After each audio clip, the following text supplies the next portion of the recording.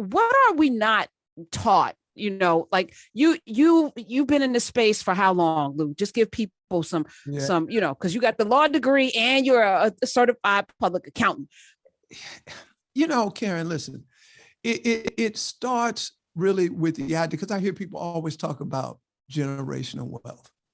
And I think that's a noble aspiration. I encourage people. But I say the first thing we have to do is we have to generate free cash flow. Now, again, your parents, my parents probably say, son, don't ever live beyond your means. As a matter of fact, live below your means. And you apply that principle. So I start off and I say to people, the goal is to live on about no more than 90% of your cash. So if you get a paycheck for $1,000, you don't want to be living on $1,000. You want to be living on $900. That free cash flow of 100 puts us in a position to do a lot of things, Karen. For example, folks think about strategic investing. Well, to me, I say, well, one of the first tax efficient things that you can do, even if you don't have a qualified retirement account at work, is you can put that money into an individual retirement account.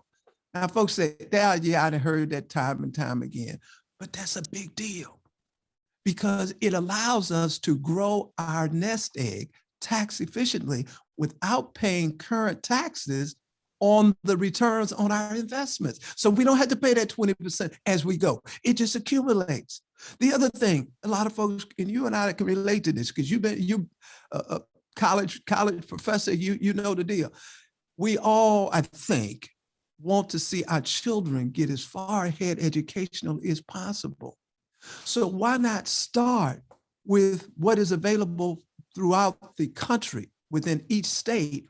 Why not take that extra $100 or a portion of it and put it in a college savings plan? It's called the 529 College Savings Plan. It grows tax efficiently. This is money that's invested. And if you take it out and you use it for educational purposes, guess what, Karen? It's tax-free. Come on. See, we can keep going. We got a health savings account. We can say, hey, listen, folks, listen. And because a lot of folks will say, well, Lou, I can't contribute to an individual retirement account because my income is a bit too high and I don't get it. It's not tax deductible. Well, if you contribute to a health savings account, there's no income limit. But you have to meet some fine language there in terms of participating in a high deductible health plan. But we can address all of that. But the point is, all of these various options are available. So when we talk about producing generational wealth, we got to start with some basic fundamentals. And that, Karen, is where I think we make our biggest mistake. We don't take advantage of this low-hanging fruit. And in turn, it means that we really don't build the momentum that we are capable of. Lou Hutt, at Lou Hutt, excuse me, HUTTLOU. HUTT on the Twitters, follow him, Facebook, follow him everywhere.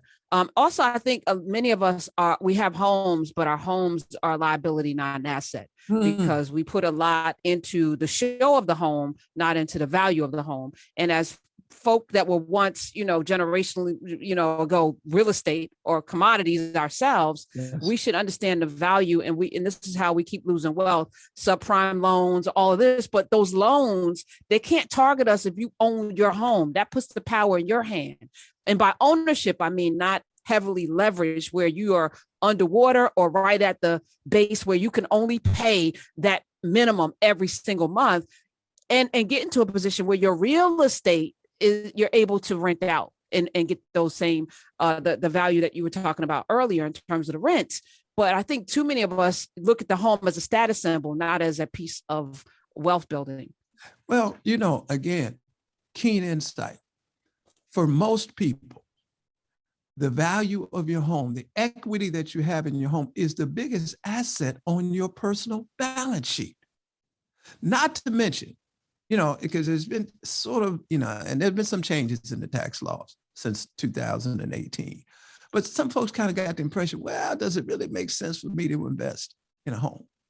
Hell yeah, for a lot of reasons. Number one, as you point out, there's an appreciation, generally speaking, in a home. That equity, that appreciation creates a larger and larger spread, if you will, between the value and the debt. The difference between that spread, the value and the debt, represents your equity. Now, generally speaking, if we manage our credit appropriately, we can borrow against that equity. That's a big deal. If I'm about to start a business, most entrepreneurs, many, have borrowed. They've taken home equity loans. They had to have equity in their homes to do it. A lot of times, Karen, we were just talking about education. Folks get to the point where, it's time for Malcolm to go to college, or it's time for Serena to go to college. And they say, well, we're a little short. Well, if you have a home equity loan, now I'm not saying that that's necessarily your first move, but it's nice to have that as a backup.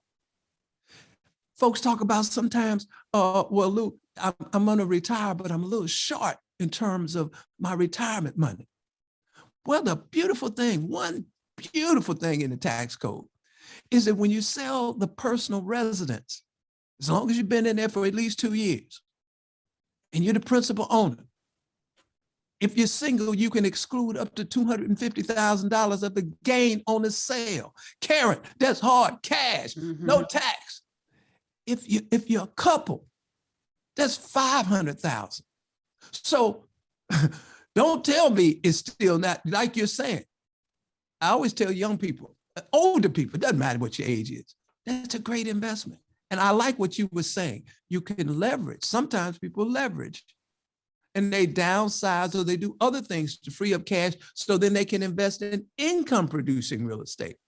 And, all of this is to say, Karen, if we go through, and you're already engaged in it with your professional relationship, and I tell people, get a professional relationship. It's difference between having a professional relationship and a transactional relationship. See, if you're going to see somebody today and you won't see them for a year from now, you don't have a relationship. That's a transaction. That's right. So, again, I think your suggestions are right on point, and the home ownership piece is a centerpiece of anybody's portfolio. I meet with my person once a month. It's like therapy, because you gotta, there's a lot going on in our lives. We gotta be on track and make sure we're doing the right thing so we don't get shocked at the end. Like, oh my God. You ready to take some calls, Lou Hutt? Oh, Lou Hutt is here. Love to. All right, let's go to Herman in Georgia. Welcome to the Karen Hunter Show. You're on with Lou Hutt. Good afternoon, Karen and Lou. Hi. Hey, Herman. Yeah, so Karen, let me first say, I agree with what you say about Mr. Lou there. He is a G, and I always listen to him. I listen to him on Saturday every time I can. So, Karen, thank you for bringing Lou on today. Is very timely.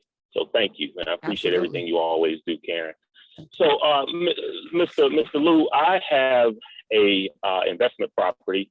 It's a rental property, and about a year or so ago, when I took out my mortgage on my new home, the credit union, and I'm not going to say their name, Navy Federal, but when I took out my mortgage on my new home, that's my principal residence.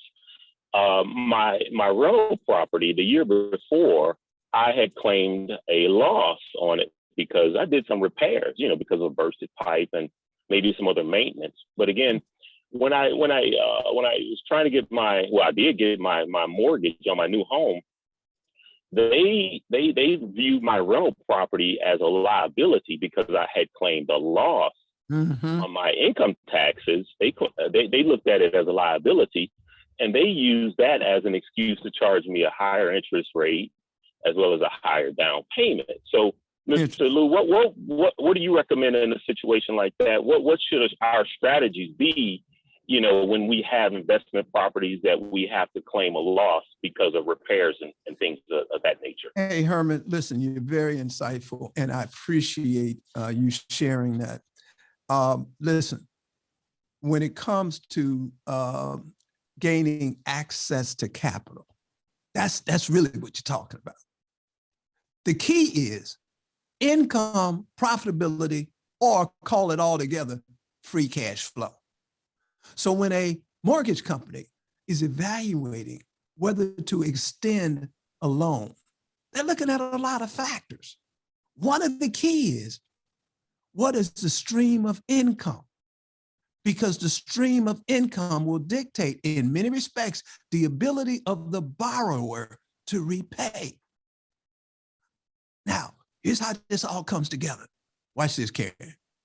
Because the deal is this: if they're evaluating your situation and you're showing a string of losses, whether you be in real estate, whether you're in a part-time business, whether you're in a side hustle, rather than that being viewed, as you put it, Herman, as an asset, they're looking at it, that's a depletion of your cash flow. And you can say all day, well, for tax reasons, I did it. And they say, well, but listen, all we can go on is the document you submitted to the government. And that says you didn't make any money. So my point is this, Herman, and I say this to all my clients, I want you to be profitable. Now, the goal is to minimize the taxes associated with the profit, but don't be fooled to thinking I'm going to be able to get ahead. And I mean, get ahead in terms of gaining access to more capital, buying more rental properties, expanding my business, investing in a franchise, all of those kind of things. Don't be fooled to say, well, I can, record losses every day. And when I get ready to go get a mortgage, or when I go get any kind of loan, I'm gonna get a good deal. So Herman, your point is, and I think it's very appropriate, hopefully the amount of loss that you were dealing with was not that significant, but it can be a detriment. But, Lou, and thank you, Herman, for all of the things, in your question. But Lou, many of us grew up with this kind of lack mentality where, again, getting a refund was the goal, right? So we have always kind of manipulated our taxes to get a refund. Right. And the refund, you have to show losses instead of building wealth, instead of building our portfolio. So, before I made my next move, to purchase a property for 2 years, Lou, I planned for that, which meant I knew they needed 2 years of taxes. Yes. So each year you had to show a growth from the previous year. Wow. I knew that my credit score had to be above 750 because that's the best rate. Yes. So for 2 years, I got my credit score up over 800. It took 2 years to do all of that. I had to make sure I had no debt. Right. Yes. So I paid off my cars and all of that. And thanks to Chris Hogan, that was a thing. And because I was like, nah, that's good debt. Nope. Paid off everything. Yes. And then it's impossible for them to tell you no, and impossible for them not to give you the going rate if you have everything lined up. You don't want to give them, especially if you think racism is at the root of everything, yes, any reason to deny you showing losses. So again, he asked for strategy. What's your game plan? If it's start a business, buy real estate, get a loan, or do something like that, put yourself in a position to win and see ahead 2 years. You got it, because Karen, it is a process. See, folks think that you can just, like a light switch, just turn it on. Well, how can I get that loan? Why won't the bank loan me the money? Well, listen, as you say, there's definitely some impediments that we face.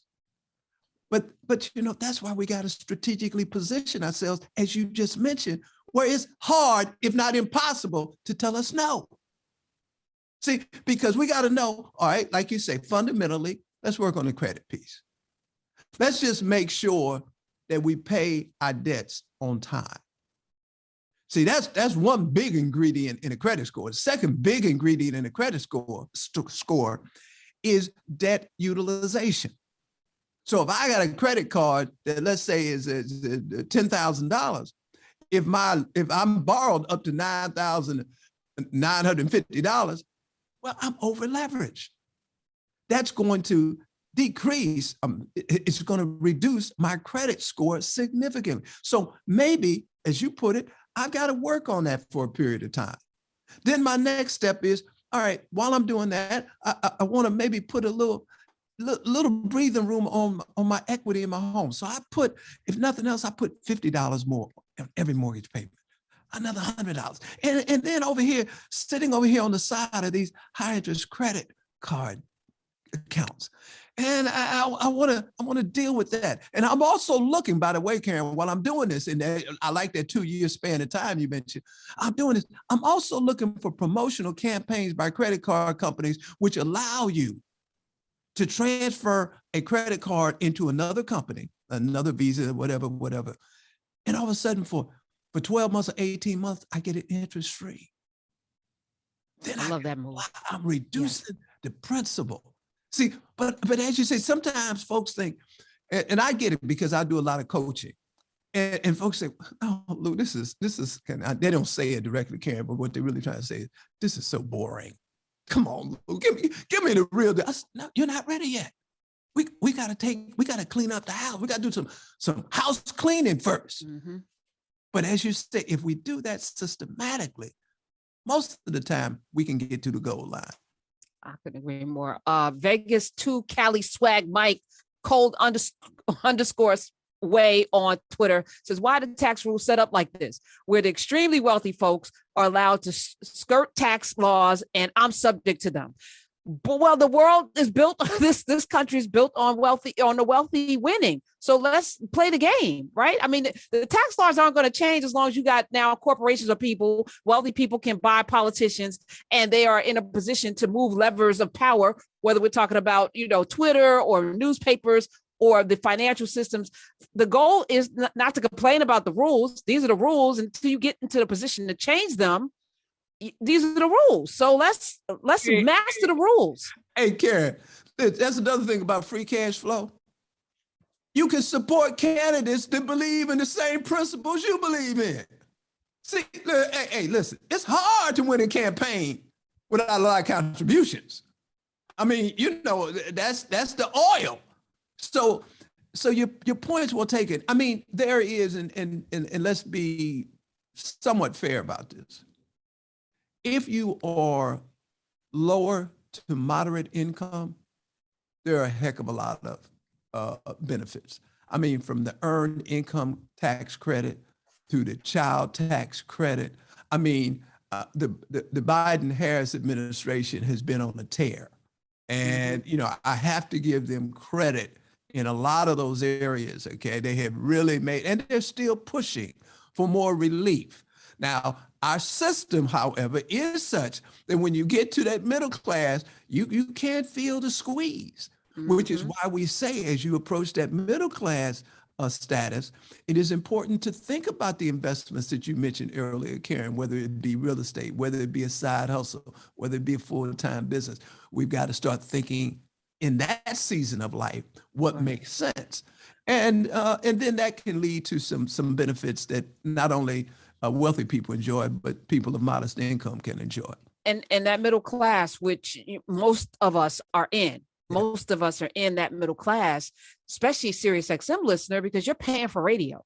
Absolutely. So you're not going to be able to probably benefit from those tax credits and all of the credits for people of low to moderate income because you're in the middle class now. And I remember Drew talking about this a couple of weeks ago with his parents. He was like, then they did everything right and it still wasn't enough for, the elder care and the housing and all the things you need when you're older. Yes. As much as they saved, it wasn't enough because the middle class, there's not too many, you're not going to get the breaks. You're not going to get the write-offs. You're not going to get all of the things that you would get if you maybe made $20,000 less. And unfortunately, this is where we are. Karen. Right. You're right. When you get the middle, see, it's not going to be, I use the analogy sometimes, you go to work, come home, you watch TV, you go out, you order, delivery of food, and then you get up the next day and do it again. I mean, listen, you can't be passive about this thing. As you mentioned, Drew was talking to his parents, I hear that sort of testimony very frequently. People say, if I could have, when I should have. See, and that's why, you were talking about you meet with your advisor on a regular basis. This is the point. Sometimes you can't be great at everything. Even if you're in an upward pattern on your job, in your career, in your profession, in your business, it's hard to step back and say, well, now, where am I vulnerable? What am I missing? Where are my risk points? And if you have an advisor, very often they can look at your situation, your DNA, very objectively. They can say, hey, Karen, you're doing really, really well here and there. I'm a little bit concerned about this contingency. So I'm going to suggest that maybe we think about taking this move. And you'd be surprised. Again, it's always, I say it's not only cost beneficial, but it increases the return on investment. We're going to rapid fire take all of the rest of the callers, and all the lines are lit for you, Lou Hutt. And if you miss today, he'll be on Saturday live on his show, 9 a.m. to 11 a.m. on 126. But it's like, I'm going to put a scripture out there. Plans fail for lack of counsel. With many advisors, they succeed. We're not supposed to know everything. We're not supposed to be great at everything, Lou Hutt. That's why we have people. So you rely on the people that are great advisors in your life, whether we're talking about relationships, whether we're talking about business, money, all of that. You need to surround yourself with a board of directors, as Drew would say, in your life to work through these things, because we're not supposed to do this by ourselves. It's too hard. This is financial health and wellness. We go to our physician. Why do we go once a year or maybe more frequently than that? Because we say, hey, listen, they can examine us, they can do some lab work, they can give us some constructive feedback, and then hopefully lay a pathway that will improve our health and wellness going forward. Same concept, except as you say, Karen, we sort of weren't raised on that concept. We were sort of raised, and to some degree, I understand it, but we can be risk averse.